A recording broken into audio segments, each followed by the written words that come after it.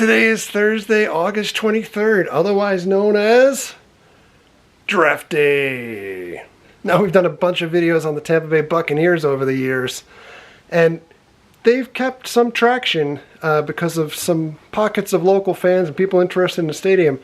But we did a video recently on Tom Brady signing with the Buccaneers, and we got a lot of new viewers as a result of it, and a bunch of you that ended up pinging me asking me what did I think about Rob Gronkowski coming to the Buccaneers, the 24/7 WWE champion, out of retirement for a steal of the day. You can't go wrong. If Gronk plays well, more power to him. The team is only going to be improved. If Gronk doesn't play well, we really didn't give up a lot to bring him into the fold. The Bucs were already looking to deal O.J. Howard, much to the dismay, I think, of a lot of hardcore, longer-term Buccaneers fans. I love O.J. Howard. I just don't think that he's reached the potential of what he needed to be for the Bucs. I think it's difficult to weigh O.J. against Cameron Brate.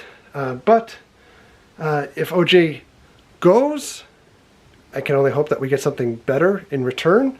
I know I've been busting my friend's chops about maybe OJ in a package deal for the Jets with Jamal Adams, and we'll see if that comes to fruition.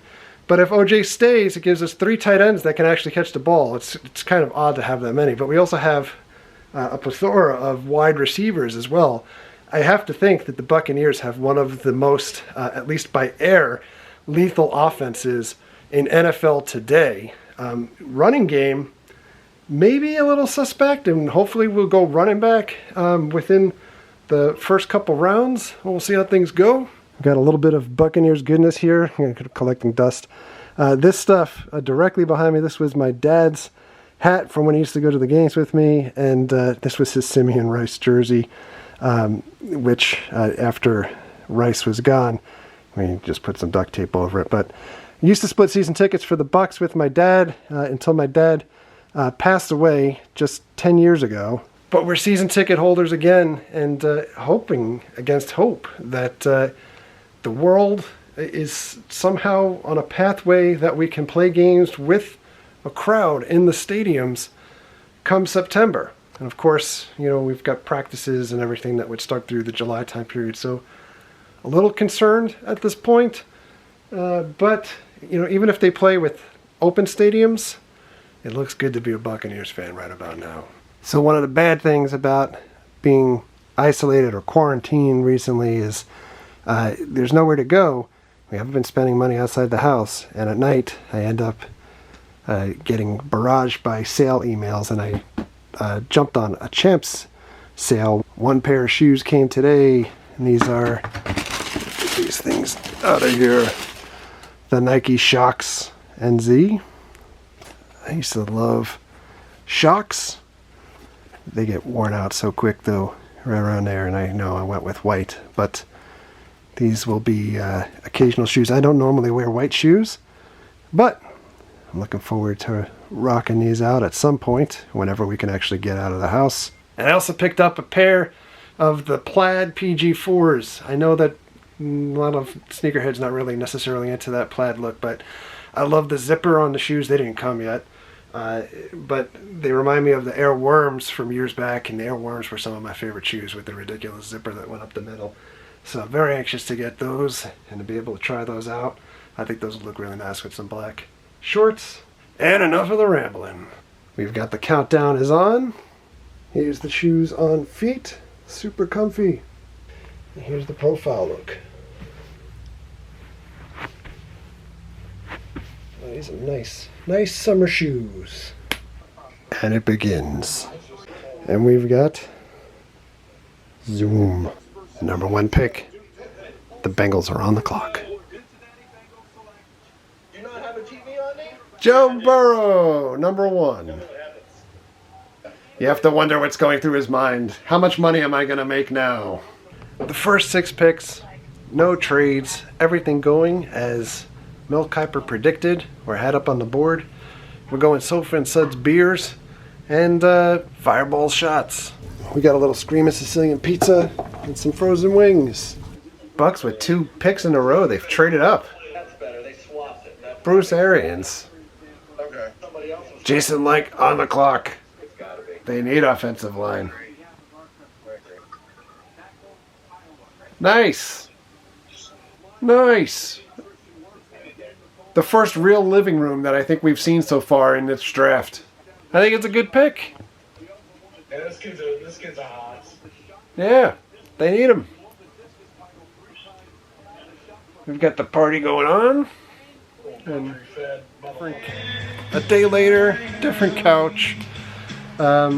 Pretty sure maybe some of the same clothes as yesterday. Good pick from the Bucks in round 1. We're waiting for round 2 to start. But right now, little Post Malone live from his house playing some Nirvana jams and killing it. And there it is. While we're busy just watching TV and drinking beers, Mary's making shepherd's pie. It's actually cottage pie because it's made with chocolate. Yeah. Mary's going to try this Sun and Steel sake beer from Iron Maiden. Wow. Oops. That's actually pretty good. I thought it was delicious. Yeah. Yeah, that's actually really good. Yeah, that's the draft drink of choice this year. Wow. It's not for product placement. Iron Maiden doesn't need the money, so they're not paying me to drink their stuff. Post Malone doing it, just an absolutely incredible job, and raising a ton of money. I think they said there's 200,000 people viewing him at this time. Almost as much as what we do when we're doing our live streams, but I'll cut him some slack. He's new.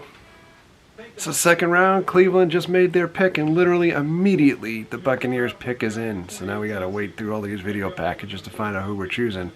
I'm hoping we're going running back here.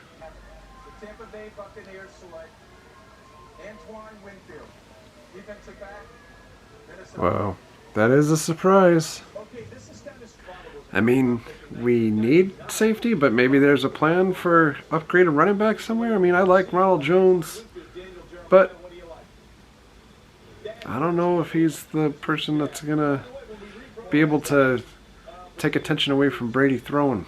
So, or get some ground yards. This is odd. So with the Bucks' second pick completed, we've got Mary on the couch, and it's time for the Beastie Boy Story. We've been waiting for this to come out patiently, and now for 2 hours of bliss. Well, it is over.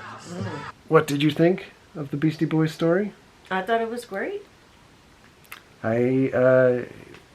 There's few bands that I feel like growing up from New York that represented New York to me, and you know, especially like in Queens, Run DMC was huge.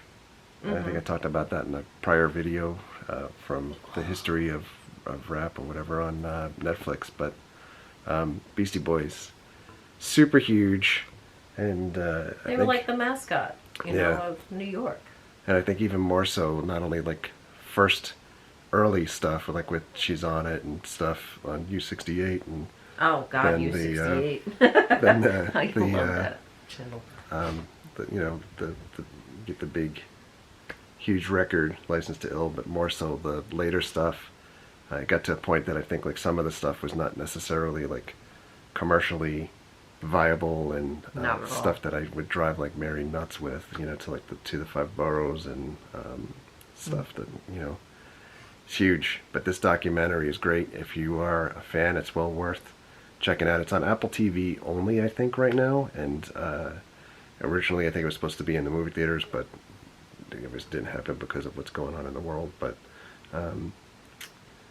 you get Apple TV for free if you bought a new iPhone or Apple product, I think, for the year. So that's how we ended up getting it, and it's really worth checking out. A lot of points where you feel like cheering, and then other parts where it's you know, reminiscing, and other parts where it's really kind of sad. So it was really cool. I'm very glad. I waited a long time for this to finally come out, and now it's out. So all good. And Mary was crying too. So, you should know. I may have shed a tear, but Mary was full on crying. Now she's crying again. There is no reference to Country Mike in the documentary at all, so. And so it's actually yet another day. We're heading into day 3 of the draft. Day 2, very good. We got a pretty awesome safety, which I wasn't happy with that pick necessarily to begin with because we needed running back. But we got a running back. Keyshawn, getting another Keyshawn back on the Bucks. Not necessarily the biggest running back, but should be interesting with him and Ronald Jones in the backfield. I got my draft hat finally. Of course, it didn't come in time for the draft, but now at least I can wear this on a regular basis. I really like the black, and of course, the draft that never was in Las Vegas is supposed to be like neon lights. But in any event, without dragging this on much longer, Beastie Boys doc, really good. Past 2 days, a welcome distraction with at least not live sports, but some sports, or hope of sports, coming in the future. So on that note, thank you very much for watching. Thank you very much for all of your likes, comments, and subscriptions. Treat others the way you want to be treated. Have a great night or day. See you guys.